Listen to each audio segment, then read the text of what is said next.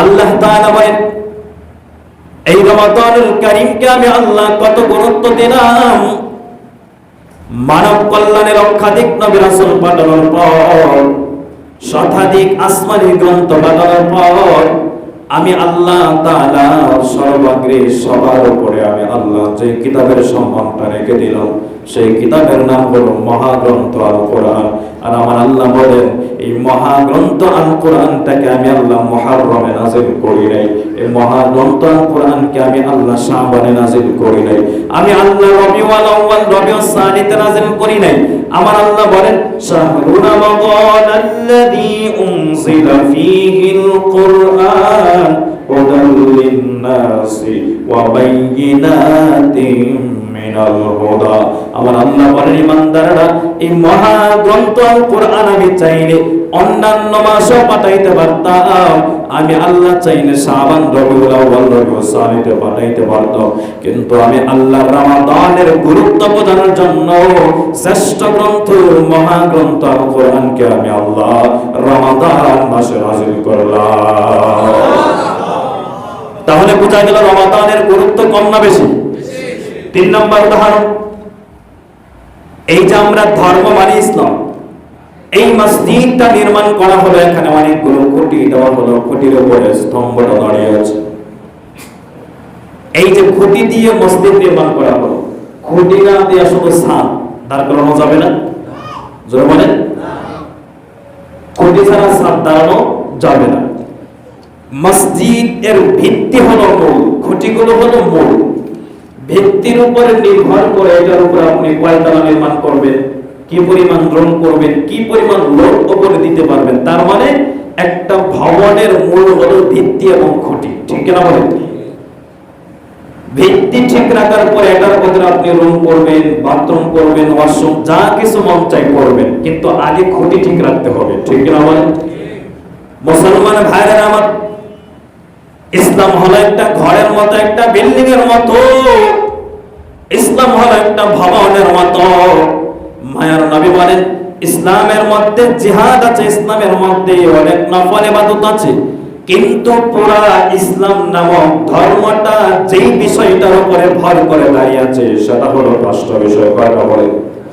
বুনিয়াল ইসলামু আলা খামসিন, শাহাদাতু আল্লা ইলাহা ইল্লাল্লাহ ওয়া আন্না মুহাম্মাদার রাসূলুল্লাহ ওয়া ইকামিস সালাহ ওয়া ইতাইজ যাকাত ওয়াল হজ্জ ওয়াস সাওম রমাদান।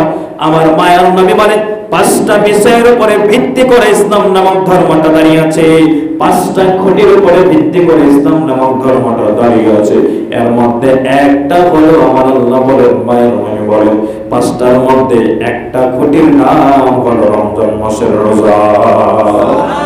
সুবহানাল্লাহ। তাহলে কি পরিমাণ গুরুত্ব চিন্তা করেন। পুরো ইসলাম ধর্মটা 5টা খুঁটির উপরে দাঁড়ানো। কয়টা খুঁটি? আরো যারা কয়টা? 5টা। 1 নম্বর হলো ঈমান। 1 নম্বর কি?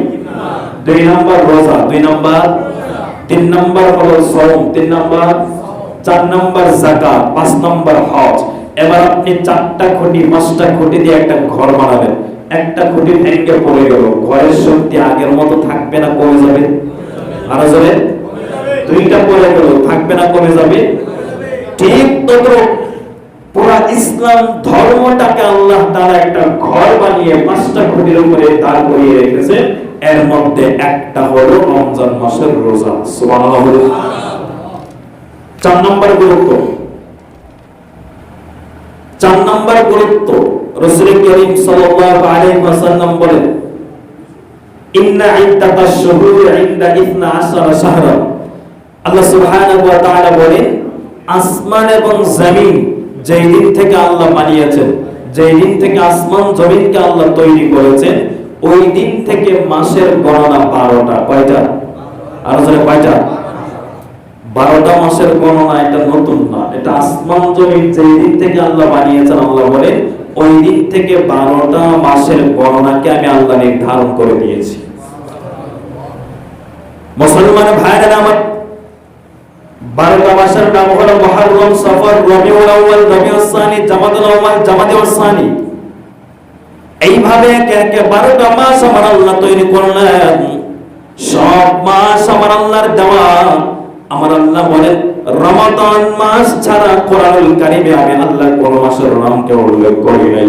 রমাদান মাসের কি পরিমাণ গুরুত্ব আমার আল্লাহর কাছে জানো? বাকি 11টা মাসের নাম আমি আল্লাহ কোরআনে উল্লেখ করি নাই, শুধুমাত্র রমাদানের নাম আমি আল্লাহ কোরআনে উল্লেখ করলাম। তাহলে গুরুত্ব কম না বেশি? রমাদানের গুরুত্ব সম্পর্কে আমরা 4টা কথা শুনলাম। কয়টা? আরো কয়টা?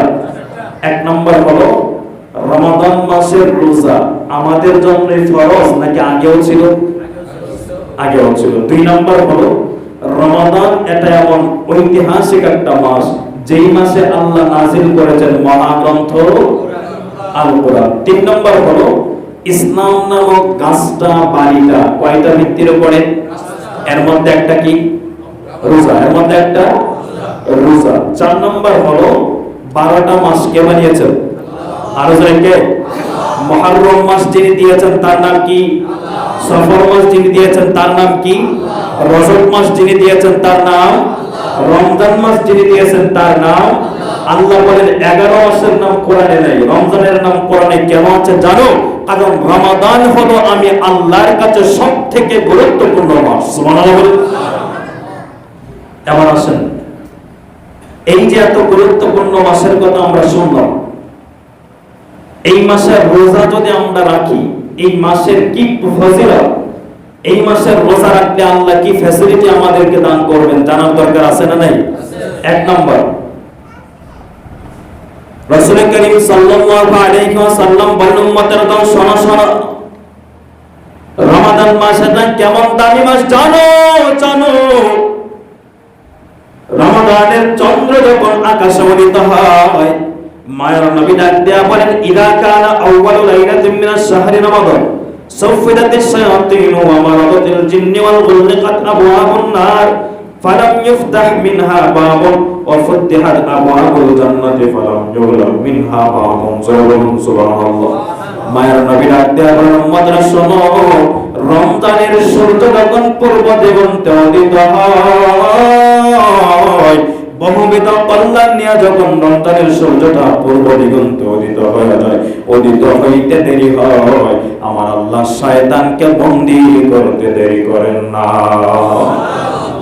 2 নম্বরে মায়ের নবী বলেন শুধু শয়তানকে বন্দী করেন বিষয়টা এরকম না, আল্লাহ তাআলা বলেন যেই জাহান্নামে আমি বান্দা বান্দীদের জন্য বানাইলাম, রমজানের সূর্য উদিত হওয়ার পর জাহান্নামের দরজাগুলোকে আমার আল্লাহ এমন ভাবে বন্ধ করে দেন, মায়ের নবী বলেন ফালাম ইউগলাক বাবুহা, তার দরওয়াজা রমজানের চাঁদ ডোবা পর্যন্ত, যতদিন না পর্যন্ত রমজানের পরবর্তী মাস আসে, একটা মাসের জন্য আমার আল্লাহ রমজানের ওই জাহান্নামের দরওয়াজাকে বন্ধ করে দেন। তারপরে মায়ের নবী বলেন জান্নাতের দরওয়াজাগুলো আমি আল্লাহ আমার বান্দা বান্দিদের জন্য উন্মুক্ত করে দেই। রমজানের চাঁদ উদিত হওয়ার সাথে সাথে পুরো মাস জুড়ে জান্নাতের দরওয়াজাগুলোকে আমি আল্লাহ খুলে দেই, আর জান্নাতের দরওয়াজাগুলো আমার বান্দাগুলোকে ডাকে আর বলে আয় ও রোজাদারেরা, রহমত আর বরকতের মাস নিয়ে তোমার সামনে রমজান চলে আসলো, তাড়াতাড়ি সিয়াম সাধনা করো, রমজানের রোজা রাখো, রমজানের রোজা রেখে জান্নাতের 8টা দরওয়াজা আমি আল্লাহ তোমাদের জন্য করে দিলাম। এই দরওয়াজার যেই দরওয়াজা দিয়ে মন চায় সরাসরি আমি মাওলার জান্নাতে চলে যাও। মুসলমান ভাইয়েরা আমার, তাহলে রমজানের 1 নম্বর ফজিলত, রমজানের জাহান্নামের দরওয়াজা কি করা হয়? আরো জোরে কি করা হয়? জান্নাতের দরওয়াজা কি করা হয়? শয়তানকে কি করা হয়? এখন বলবেন হুজুর শয়তানকে যদি বন্দী করা হয় তাহলে গুনাহ কেন করে মানুষ? শয়তানকে যদি বন্দী রাখা হয় তাহলে নামাজ কেন ছাড়ে, গান কেন শোনে, রমজান মাসে গুনাহ কেন করে? একটা পুকুরের কিনারায় যদি আপনি পানির মধ্যে দাঁড়া দেন, চতুর্পাশে পুকুরের পানি বাইরে দেওয়া থাকে, পানির মধ্যে হাত দিয়া ঢেউ তুললে, হাত দিয়া ঢেউ তোলা 5 মিনিট পরে দেখবেন অপর প্রান্তে আস্তে আস্তে করে ঢেউর ধাক্কা লাগে, কি লাগে না? মায়ার নবী ডাক দেয়া বলেন রমাদানুল কারীমে শয়তান মানুষকে কুমন্ত্রণা দিতে পারে না, শয়তান মানুষকে গুনার জন্য কুমন্ত্রণা দেয় না, শয়তানকে আমার আল্লাহ বন্দী করে রাখেন। কিন্তু মায়ার নবী বলেন তারপরেও মানুষ কেন গুনাহ করে জানেন? রমাদানের আগে 11টা মাস বান্দাকে গুনাহ করাইতে শয়তান তাকে গুনার ওই দুর্নীতি আর চাঁদাবাজি আর ধর্ষণের হেডমাস্টার বানায় দিয়েছে। ঠিক হবে? শয়তান কয় ঠিকাদারি সব তোরে দিলাম, যা এবার আমি বন্দী, তুই আমার কাজগুলো চালায় আনে। তো শয়তানে মিনাল জিন্নাতি ওয়ান নাস, সূরা নাসের মধ্যে আল্লাহ বলেন শয়তান এবং খারাপ শুধু খান্নাস শুধু জিন থেকে হয় না, মানুষ থেকেও কিছু খারাপ হয়। ঠিক কিনা বলো?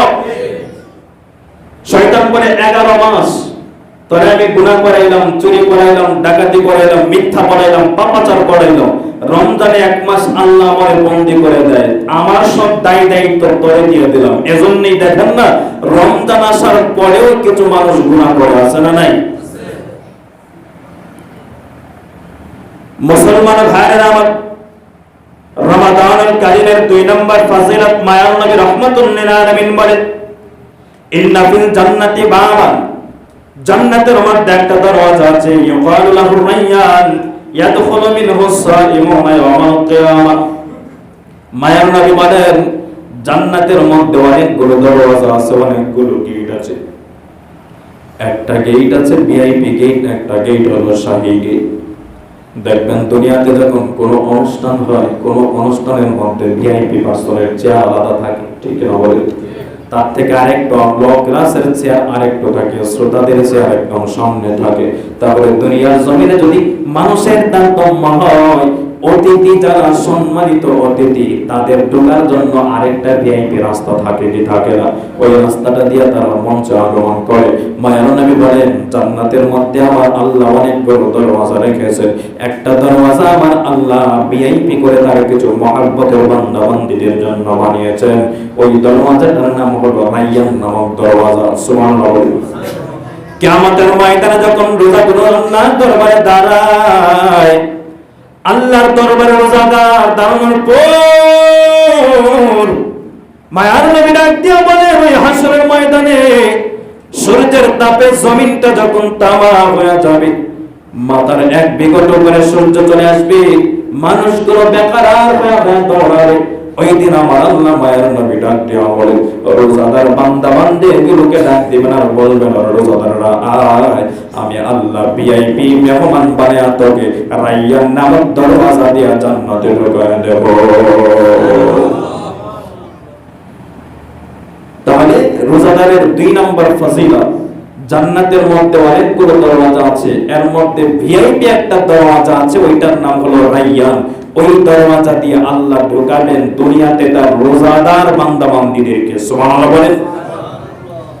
3 নম্বর ফজিলত হাদিসে কুদসি, আল্লাহ সুবহানাহু ওয়া তাআলা বলেন, মুসলিম শরীফের হাদিসটি আসছে, রাসূল করিম সাল্লাল্লাহু আলাইহি ওয়াসাল্লাম বলেন বান্দা যখন রোজা রাখে, দুনিয়ার জমিনে আদম সন্তান নামাজ পড়ে, আল্লাহ তাআলা বলেন ফেরেশতারা যাও যাও আমার আদমের আমল নামায় তোমরা নেকি লিখে দাও। ফেরেশতারা আদমের আমল নামায় নামাজের লিখনা লিখে দেয়। বান্দা যখন হজ করে ফেরেশতাদেরকে আল্লাহ বলেন বান্দার আমল নামায় তোমরা নেকিটা লিখে দাও। বান্দা যখন যাকাত দেয় ফেরেশতারা বলে বান্দার আমল নামায় তোমরা নেকিটা লিখে দাও। বান্দা যখন অন্যান্য কাজ করে, বান্দা যখন দান সদকা করে, ফেরেশতাদেরকে আমার আল্লাহ বলেন ফেরেশতারা দল আমার বান্দা দান সদকা করেছে তার আমল নামায় তোমরা নেকিটা লিখে দাও। আর যেই বান্দা রোজা রাখে আমার আল্লাহ বলেন ফেরেশতারা রোজাদারের নেকি তোমরা দিবা না, রোজাদারের নেকি তোমরা নিজ হাতে আমল নামায় লিখবা না। আমার যে বান্দা 1টা মাস কষ্ট করে সিয়াম সাধনা করলো, ওই বান্দাদের প্রতিদান আমি আল্লাহ নিজ হাতে প্রদান করব। মুসলমানের আওয়াজে বলো না সুবহানাল্লাহ। আল্লাহ বলেন নামাজ পড়েছে বান্দা সওয়াব ফেরেশতারা দাও, রোজা রেখেছে নির্দিষ্ট পরিমাণ সওয়াব, যাকাত দিয়েছে নির্দিষ্ট পরিমাণ সওয়াব লিখে দাও, দান সদকা করেছে নির্দিষ্ট পরিমাণ একটা সওয়াব লিখে দাও। আর আমার কিছু বান্দারা কিছু বান্দিরা ভোর রাত থেকে নিয়ে সুবহের সন্ধ্যা পর্যন্ত না খেয়ে সমস্ত গুনাহ থেকে নিজেকে বিরত রেখে রোজা রেখেছে, ফেরেশতারা আস-সাওমু লি ওয়া আনা আজজি বিহি, আমার বান্দা আমার জন্য রোজা রেখেছে, সুতরাং এই প্রতিদান তোমরা দিলে হবে না, এই প্রতিদানটা স্বয়ং আমি আল্লাহ আহকামুল হাকিমিন নিজ হাতে বান্দাকে প্রদান করব। সুবহানাল্লাহ। তাহলে ফজিলত আছে না নাই? মুসলমান ভাইরা আমার, রোজার 4 নাম্বার ফজিলত ইবনে মাজাহ বর্ণনায় মায়ান নবী বলেন, উম্মতের তো শুনো, রমজান মাসের রোজার 4 নম্বর ফজিলত কে জানো? রাহমাতুল লিল আলামিন বলেন, আস-সাওমু জান্নাতুন মিনান নারি কা জান্নাতি আহাদিকুম মিনাল কিতাল। সুবহানাল্লাহ বলেন। মায়ের নবী বলেন, দুনিয়াতে দেখবেন মানুষ যুদ্ধ জিহাদ করলে ধান ব্যবহার করে প্রতিরক্ষার জন্য। মায়ের নবী বলেন, আস-সাওমু জান্নাতুন, কিয়ামতের ময়দানে যখন বান্দাগুলো দাঁড়াবে, জাহান্নামের আগুন যখন তাকে ঘেরাও করার জন্য সামন দিকে ধেয়ে আসতে থাকবে, মায়ের নবী বলেন ওই কিয়ামতের ময়দানে একজন রোজাদারের জন্য একটা রোজা ঢাল হিসাবে জাহান্নাম থেকে প্রতিরক্ষার কাজ করবে। ঢাল হয়ে যাবে। ঢাল যেমন সামন দিকে ধরলে বান্দার উপরে কোনো আক্রমণ হয় না, রাহমাতুল লিল আলামিন বলেন কিয়ামতের ময়দানে আমার রোজাদার বান্দাগুলো যখন দাঁড়াবে, ও মায়ের উম্মতেরা শোনো, আমার আল্লাহ যখন ডান দিকে বান্দাকে আযাব দিবেন, বাম দিকে আযাব দিবেন, সামন দিকে যখন কিয়ামতের ময়দানে আগুন তাকে ধাওয়া করবে, নবী বলেন আস-সাওমু জান্নাতুন, ওই ঢাল হিসাবে রোজাটাকে বান্দা ধরে দিবে, কিয়ামতের ময়দানে রোজা বান্দাকে জাহান্নামের আগুন থেকে বাঁচায় দিবে। সুবহানাল্লাহ। তার মানে রোজা রাখতে হবে কি হবে না? কয়টা? 1 মাস। কয়টা? 1 মাস আমরা রোজা রাখবো। অনেক মানুষ আছে দেখবেন বলে, হুজুর গ্যাস্ট্রিকের কারণে রোজা রাখতে পারি না। গ্যাস্ট্রিকের কারণে সব কাজ চলে, খালি রোজাটাই চলে না। ঠিক কিনা বলেন? ওই হুজুর বড় অসুস্থ, রোজা রাখতে পারি না। হ্যাঁ, ইসলাম আপনাকে ইখতিয়ার দিয়েছে, এমন অসুস্থতা যদি হয়, অসুস্থতা রোজা রাখলে আপনার অসুস্থতা বেড়ে যাবে, রোজা রাখলে আপনার এমন কষ্ট হবে, আপনাকে ডাক্তার বলেছে নিয়ম করে 3 বার ওষুধ খেতে হবে, রোজার দিনেও দুপুরবেলা ওষুধ খেতে হবে, ওষুধ না খেলে আপনার অসুস্থতা বেড়ে যাবে। এমন অবস্থায় ইসলাম বলে, ইসলামে তো কঠোর নয়, ইসলাম বলে অসুস্থ থাকলে রোজা ছেড়ে দাও, সমস্যা নাই, যখন সুস্থ হবে তখন আবার কাজা আদায় করে নেবে। সুবহানাল্লাহ। এত সহজ করার পরেও দেখবেন বিনা কারণে গ্যাস্ট্রিকের অজুহাত দিয়ে অনেক মানুষ রোজা ছেড়ে দেয়। অনেকেই রোজা ছেড়ে দেয়, বলে আমার গ্যাস্ট্রিকের সমস্যা।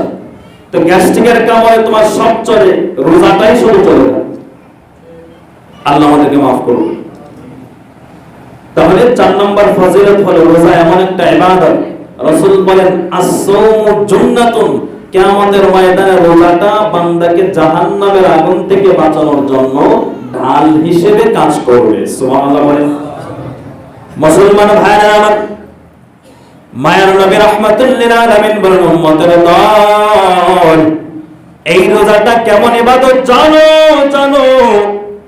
যদি কোনো বান্দা বান্দি 1 মাস সিয়াম সাধনা করে, সুবহে সাদিক থেকে নিয়ে ইফতার পর্যন্ত যদি বান্দা নিজেকে পবিত্র রেখে যদি বান্দা রোজা রাখতে পারে, রোজা রাখতে বান্দা মিথ্যা বলে না, রোজা রাখার পরে বান্দা গান শুনে না, রোজা রাখার পরে বান্দা চোখ দিয়ে অশ্লীল কিছু দেখে না। মায়ের নবী বলেন, মান সামা রমাদান ওয়া ইহতিসাবান গুফিরা লাহু মা তাকদ্দামা মিন যামবি, ইখলাসের সাথে কোনো বান্দা যদি একটা রোজা রাখে, আমার আল্লাহ তার পূর্ববর্তী 20 বছর, 30 বছর, 40 বছরের গুনাহকে আমার আল্লাহ একটা রোজার মাধ্যমে ক্ষমা করে দেয়।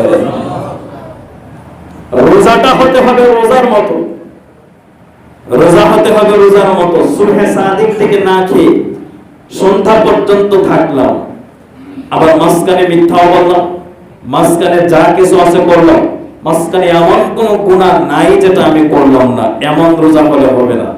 রোজাটা হতে হবে এমন লিল্লাহিয়াতের জন্য, আল্লাহর জন্য। মায়ার নবী বলেন, মান সামা রমাদান ইহতিসাবান গফির লাহু মা তাকাদ্দামা মিন যামবি, কোন বান্দা যদি রমাদানের একটা রোজা রাখে ইহতিসাবের সাথে, ইখলাসের সাথে, আল্লাহকে সন্তুষ্ট করার সাথে, মায়ার নবী বলেন গফির লাহু মা তাকাদ্দামা মিন যামবি, আমার বান্দার জীবনের পূর্ববর্তী সমস্ত গুনাহগুলোকে আল্লাহ ক্ষমা করে দিবেন। এটা হলো রোজা। 6 নম্বর ফজিলত,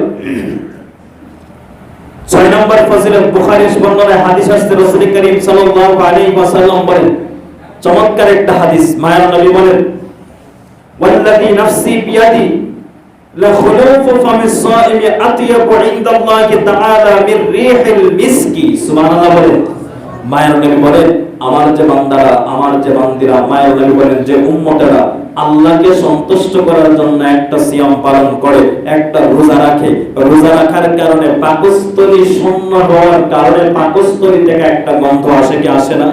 খালি পেটে থাকলে মুখ থেকে একটা গন্ধ আসে। মায়ার নবী বলেন আমার আল্লাহর কাছে রোজাদারের পাকস্থলীর গন্ধটা কি পরিমাণ প্রিয় জানো? জান্নাতের মেশক আম্বরের চেয়েও রোজাদারের পাকস্থলীর মুখের গন্ধ আল্লাহর কাছে বেশি প্রিয়। এত দামি রোজা কেমনে ছেড়ে দেন আপনি? কেমনে রোজা ছেড়ে দেন আপনি? একজন ইমানদার আর ওমর রাদিয়াল্লাহু তাআলা আনহু থেকে হাদিস বর্ণনা করা হয়, হযরত ওমর বলেন রমাদান মাস আসার 5 মাস আগ থেকে সাহাবায়ে কেরাম আল্লাহর কাছে দোয়া করতেন আর বলতেন, আল্লাহ গো, ও মালিক, তুমি আমাদেরকে রমাদান পর্যন্ত হায়াত বাড়ায়া দাও। যখন রোজাটা চলে যেত হযরত ওমর রাদিয়াল্লাহু তাআলা আনহু দরওয়াজা বন্ধ করে কান্না করতেন।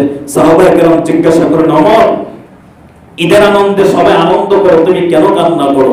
হযরত ওমর বলেন, একটা মাস আমি রোজা রাখলাম, একটা মাস সিয়াম সাধনা করলাম, জানি না আমার রোজা সিয়াম আল্লাহর কাছে কবুল হয়েছে কিনা, আর রোজা চলে গিয়েছে, রোজা চলে যাওয়ার সাথে সাথে আমার কাছে মনে হয় কি যেন একটা আমার কাছ থেকে হারিয়ে গেল। সুবহানাল্লাহ। এজন্য দেখবেন প্রকৃত রোজাদার যারা, বলুন প্রকৃত রোজাদার যারা, রোজাদার কিন্তু দুই প্রকার। কয় প্রকার? একদল হলো নামকে ওয়াস্তে রোজাদার, আরেক দল হলো প্রকৃত রোজাদার। প্রকৃত রোজাদার যারা রমজানের রোজা চলে গেলে দেখবেন একটা ভেতরে অনুভূতি হয়, আরে কি যেন চলে গেল। ঠিক কি না বলুন?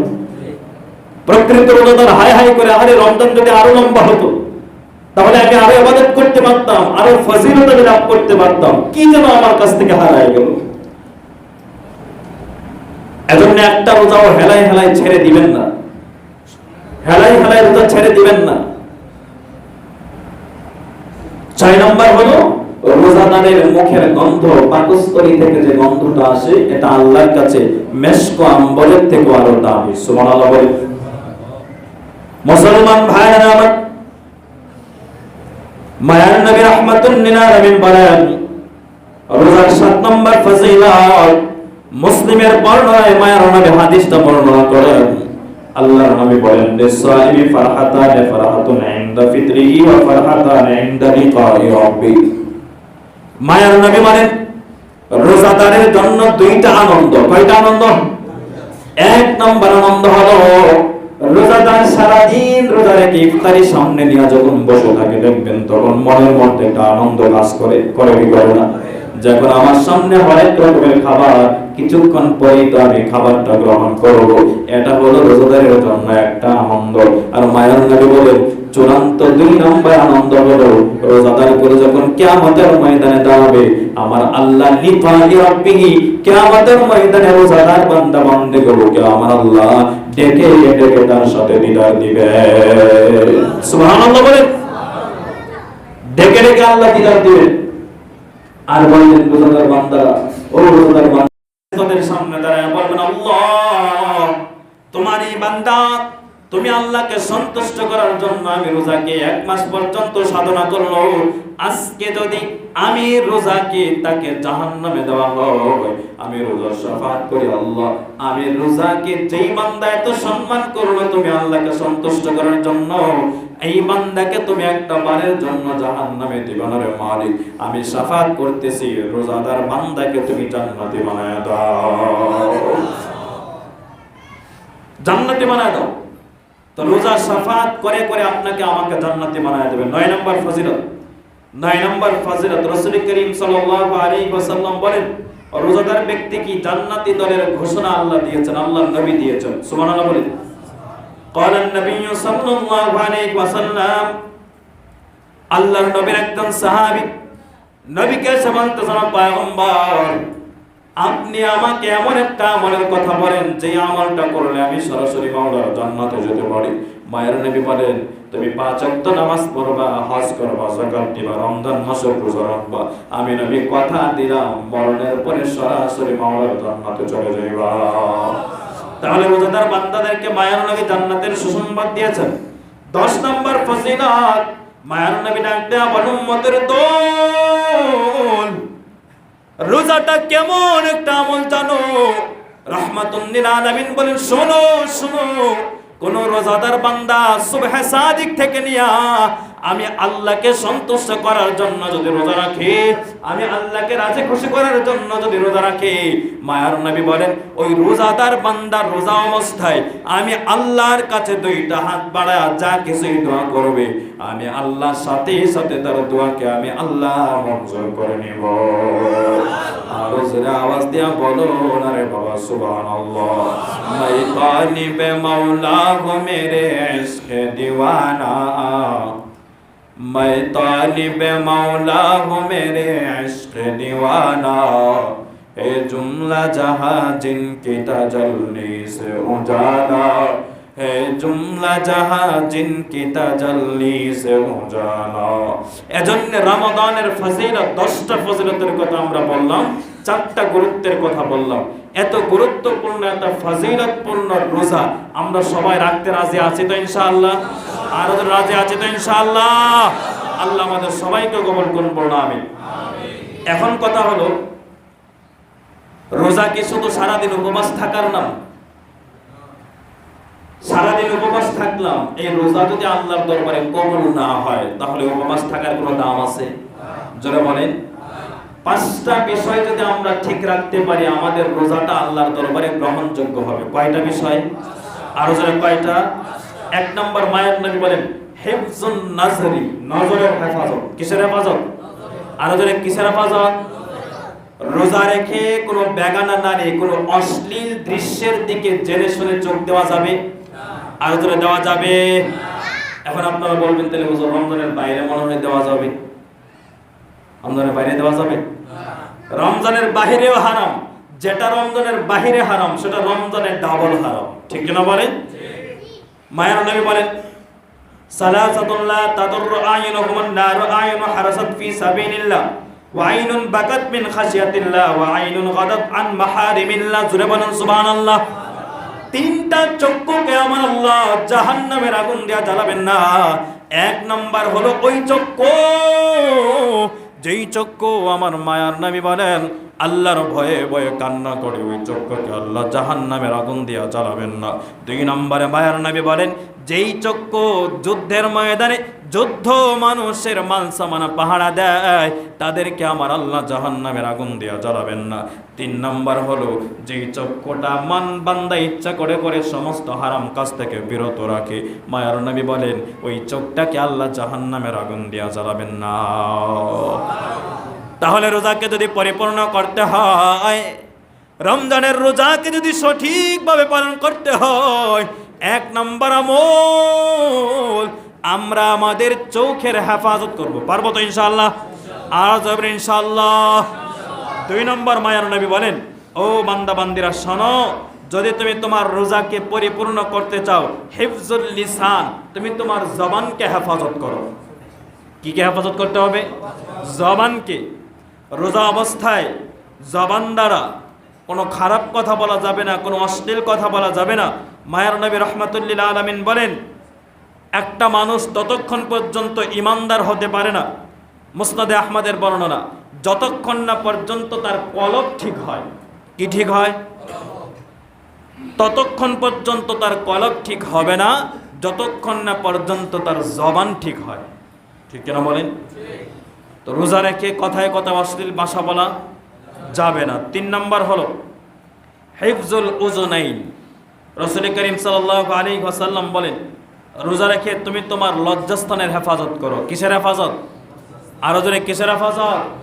লজ্জাস্থানের হেফাজত যদি করতে পারি, মায়ের নবী বলেন মাই ইয়াজমান লি মা বাইনা লিহইয়াইহি ওয়া মা বাইনা রিজলাইহি আজমান লাহুল জান্নাহ। মায়ের নবী বলেন উম্মতেরা, তোমরা আমি নবীকে দুইটা জিনিসের জিম্মাদারি দাও। কয়টা জিনিসের জিম্মাদারি? এক নম্বর হলো তোমাদের দুই ঠোঁটের মাঝখানে নরম জিহ্বা, এই জিহ্বাকে কন্ট্রোল করার জিম্মাদারি দাও। দুই নম্বর হলো তোমাদের দুই রানের মাঝখানের লজ্জাস্থান, এই দুইটা জিনিসের জিম্মাদারি যদি আমি নবীকে তোমরা দিতে পারো, আমি নবী তোমাকে জান্নাতে নেওয়ার জিম্মা দিলাম। আর ওদের সুবহানাল্লাহ। কয়টা জিনিসের জিম্মা? তো জবানকে কন্ট্রোল করবো তো ইনশাআল্লাহ? জবানকে কন্ট্রোল করতে পারবো তো ইনশাআল্লাহ? 4 নম্বর রাসূল করিম সাল্লাল্লাহু আলাইহি ওয়াসাল্লাম বলেন, 4 নম্বর হলো মায়ের নবী বলেন হিফজুল ফারাজি। রাসূল করিম সাল্লাল্লাহু আলাইহি ওয়াসাল্লাম বলেন লজ্জাস্থানের হেফাজত করো। 5 নম্বর রাসূল বলেন হিফজুল আযা, তোমার আরো যত অন্যান্য শরীর অঙ্গ প্রত্যঙ্গ আছে, তুমি তোমার অন্যান্য অঙ্গ প্রত্যঙ্গ দ্বারা রমজান মাসে কোনো গুনাহ করবে না। হাত আছে বলে হাত দ্বারা চাইলে একজনের থাপ্পড় দেওয়া যাবে? জোরে বলেন। রাস্তা দিয়ে হাসতেছেন রোজা রাইখা, কত খিদা লাগলে মাথা ঠিক থাকে না, ঠিক কিনা বলেন? খিদা লাগলে মাথা ঠিক থাকে না। এজন্য শরীয়তের একটা মাসআলা হলো, আপনার পেটে প্রচন্ড পরিমাণে ক্ষুধা, এদিকে নামাজের জামাত শুরু হয়ে গেছে, ইসলাম বলে আগে খাও তারপরে নামাজে যাও। সুবহানাল্লাহ বলেন। ইসলাম বলে আগে খায়া নাও তারপরে নামাজ পড়ো। আর খিদা লাগলে তুমি নামাজও দাঁড়ায়, নামাজে মন বসবে না, খেয়ে নাও আগে তারপরে নামাজ পড়ো। তো রমজানে যেহেতু সারাদিন রোজাদার বলে কথা, এত কষ্ট করে রোজা রাখলাম, ইফতারের আগ মুহূর্তে একজন এসে আমার সাথে একটা খারাপ ব্যবহার করলো, আমি তাকে সাথে সাথে মেজাজ গরম করে গালি দিলাম। মায়ের নবী বলেন তোমাকে রমজান মাসে কেউ গালিও যদি দেয়, তুমি বলো আনা সাইম, আনা সাইম, আমি রোজাদার। 3 বার শব্দটা এসেছে হাদিসে, তুমি বলো আনা সাইম, আনা সাইম, আনা সাইম। তুমি 2 বার 3 বার করে বলো আমি রোজাদার। ভাই আমি তোর সাথে ঝগড়া করতে পারবো না, ঝগড়া করার মন চাইলে ইফতারের পরে আসিস, এখন যা রোজা ভাঙ্গি তারপরে আসিস, ঠিক কিনা বলেন? তো জবান দ্বারা বাজে কথা বলা যাবে না, হাত দ্বারা কাউকে কষ্ট দেওয়া যাবে না, অন্যান্য অঙ্গ প্রত্যঙ্গ যা কিছু আছে সব কিছু আমাদেরকে হেফাজত করে চলতে হবে। পারবো তো ইনশাআল্লাহ? এই 5টা জিনিস আমাদের রোজাকে পূর্ণ করার জন্য, এই 5টা জিনিস আমাদের দরকার। 1 নম্বর হলো নজরের হেফাজত। বলুন কিসের হেফাজত? আরো জোরে কিসের হেফাজত? 2 নম্বর হলো জবানের হেফাজত। কিসের হেফাজত? 3 নম্বর হলো 2 চোখের ওজনাইন, কানের হেফাজত। কিসের হেফাজত?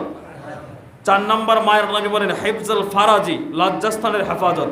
4 নম্বর মায়ের নবী বলেন হিফজুল আযা, অন্যান্য অঙ্গ প্রত্যঙ্গের হেফাজত। এই 5টা বিষয় হেফাজত করে যদি রমজান মাসের রোজা রাখতে পারেন, সিয়াম সাধনা করতে পারেন, আল্লাহর ওয়াদা, আল্লাহর ওয়াস্তে আমি বলি 5টা জিনিসকে আপনি হেফাজত করেন, মায়ের নবী বলেন তোমার রোজা আল্লাহর কাছে নূরুন ওয়ালা নূর, তোমার রোজা আল্লাহর কাছে আরশে আজিম পর্যন্ত পৌঁছে যাবে। সুবহানাল্লাহ বলেন। সম্মানিত হাজিরিন, তো এই বিষয়গুলো আমরা